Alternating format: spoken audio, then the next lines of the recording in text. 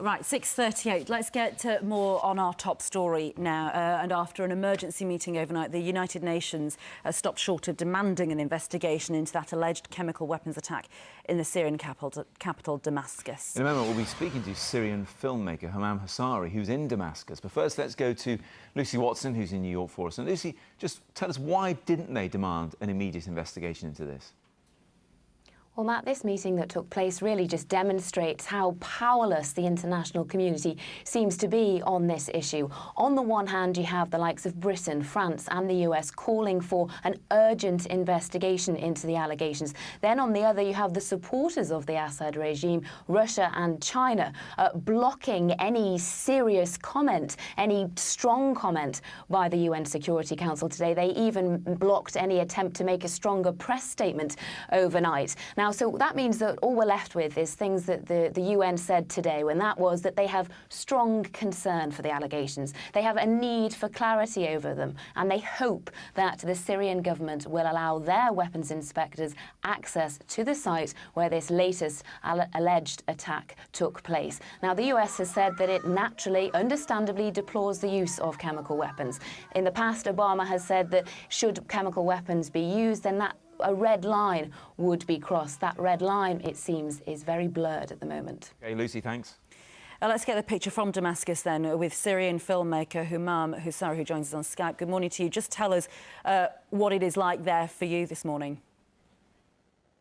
Good morning. Actually, this morning is just like any other mornings in the rebel hold in Eastern Ghouta. It's actually a very sad morning. People are trying just to bury their deads. Yesterday was too horrific to everybody. Around 3 a.m. Last morning, regime's forces fired rockets with chemical heads on the Malka, and other district was slightly affected by the gas as were driven to it by the wind. I can say that a big number, as I said myself, as I saw, that a big number of civilians were consequently subjected to the gases, leading to the killing of hundreds of them. Many of them are children. Yes. Hamam, it's hard for us to gauge what has really happened outside of Syria. We don't really know who is telling the truth. What do you think happened? As I said, it's like that. Everyone now is a witness for what happened here in the Eastern Ghouta. It's just easy that everyone can just come here to the rebel held here and can talk to everybody, to every children. It was so obvious for us that what happened is that the regime forces hit us by a chemical weapon, because we know what the chemical weapon, because we've been hit by a chemical weapon 5 times before that. Okay. Hamam Hassari, thank you very much indeed for joining us from Damascus this morning via Skype. We appreciate that. Well, let's speak to journalist and Arab expert Nabila Ramdani. I mean, you heard from him there. If the weapons inspectors could just come here, it would be obvious what has happened. This need for clarification from the UN overnight. Come and see. You know, that's what he's saying. And they can't go there. Yes, indeed, because there are hugely practical difficulties in sending the UN inspectors on the crime scene. Effectively, they happen to be in the country already investigating previous claims of Assad using chemical weapons, and it sounds easy to just send them there and for them to do their job.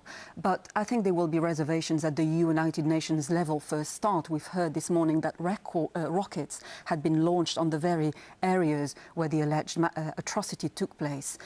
And second of all, the UN inspectors are guests of Assad, effectively, and he would be unlikely to allow forensic investigation. I spoke to monitors who had been sent on previous missions, and they were threatened with death, for example, if they were to speak the truth about what their findings were. But Nabila, it's important to understand the other side of this, why Russia and China don't want involvement, not least because Russia has been a long-time supporter of Assad, but they think that the rebels are being supported in an underhand way by other countries in the Arab world.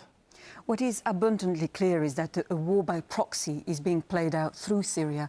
You've got a whole range of countries, including Russia, China, but also friends of Syria, Shia countries, Muslim Shia countries like Iran, the militant group Hezbollah in Lebanon, who are supportive of the Assad regime, against Western countries effectively. And in the middle are these hundreds of children and mothers and fathers and brothers and sisters, the pictures we can't show this morning because they are so horrendous, caught in the middle, and everyone seems to be wringing their hands and unable to stop it.